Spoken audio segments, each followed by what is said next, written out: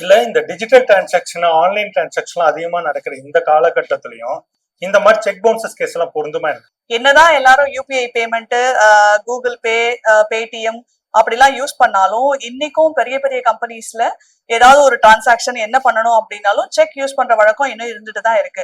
நம்ம தான் இன்னும் ஆன்லைன் டிரான்ஸ்பர் பண்றோம், ஆர்டிஜிஎஸ் பண்றோம் அப்படின்னாலும் இன்னும் நிறைய பேரு நீங்க செக் கொடுத்துருங்க எங்களுக்கு அது போதும் அப்படிங்கிற மாதிரி கேட்கிற பர்சன்ஸும் இருக்காங்க. சோ அந்த மாதிரி பர்சன்ஸ் இருக்கிற வரைக்கும் நீங்க செக் மெத்தட யூஸ் பண்றீங்க அப்படின்னா உங்களுக்கு இந்த செக் பவுன்ஸ்க்கு உண்டான ரெமெடியும் இருந்துதான் ஆகணும். சோ அப்போ இது உங்களுக்கு ஆட்டோமேட்டிக்கா பலன் கொடுக்கும். இப்போ ஃபார் எக்ஸாம்பிள் இந்த மாதிரி ஆன்லைன் டிரான்சாக்ஷன்ஸ்க்காகவே payment and settlement systems act 2007 ஒரு ஆக்ட் இருக்கு. இந்த நெகோஷியபிள் இன்ஸ்ட்ருமெண்ட்ல ஒரு ஃபார் எக்ஸாம்பிள் இந்த செக் உங்களுக்கு டிஸ்ஆனர் ஆச்சுன்னா நெகோஷியபிள் இன்ஸ்ட்ருமெண்ட் ஆக்ட்ல செக்ஷன் 138 கீழே பனிஷ் பண்ணுவாங்க இல்லையா? அதே மாதிரி இந்த payment and settlement systems act 2007ல செக்ஷன் 25 படி ஆன்லைன்ல பண்ற டிரான்சாக்ஷன்ஸ் டிஸ்ஆனர் ஆச்சுனாலும் உங்களுக்கு அதே மாதிரி லா உங்களுக்கு ப்ரிவைல் ஆகும். உங்களுக்கு கான்சிக்வன்ஸும் அதே மாதிரி தான் இருக்கும்.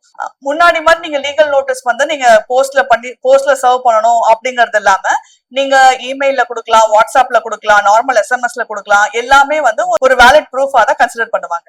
இந்த வழக்கு நடக்கிற டியூரேஷன்ல உங்களுக்கு ட்ரையல் ஸ்டார்ட் பண்றதுக்கு முன்னாடியே அந்த குறிப்பிட்ட தொகைக்காக நீங்க கேஸ் ஃபைல் பண்ணிருப்பீங்க இல்லையா? அந்த தொகையில இருந்து 20% உங்களுக்கு இன்ட்ரம் காம்பன்சேஷனா உங்களுக்கு கோர்ட் ஆட்டோமேட்டிக்கா வழங்கவும் சான்சஸ் இருக்கு உங்க சைட் மெரிட்ஸ் இருக்கும் போது. சோ எந்த காலமா இருந்தாலும் சரி நீங்க செக்கை யூஸ் பண்ணீங்கன்னா ஆட்டோமேட்டிக்கா அதுல வர கான்சிக்வன்சஸ்க்கும் நீங்க லயபிள் ஆகும்.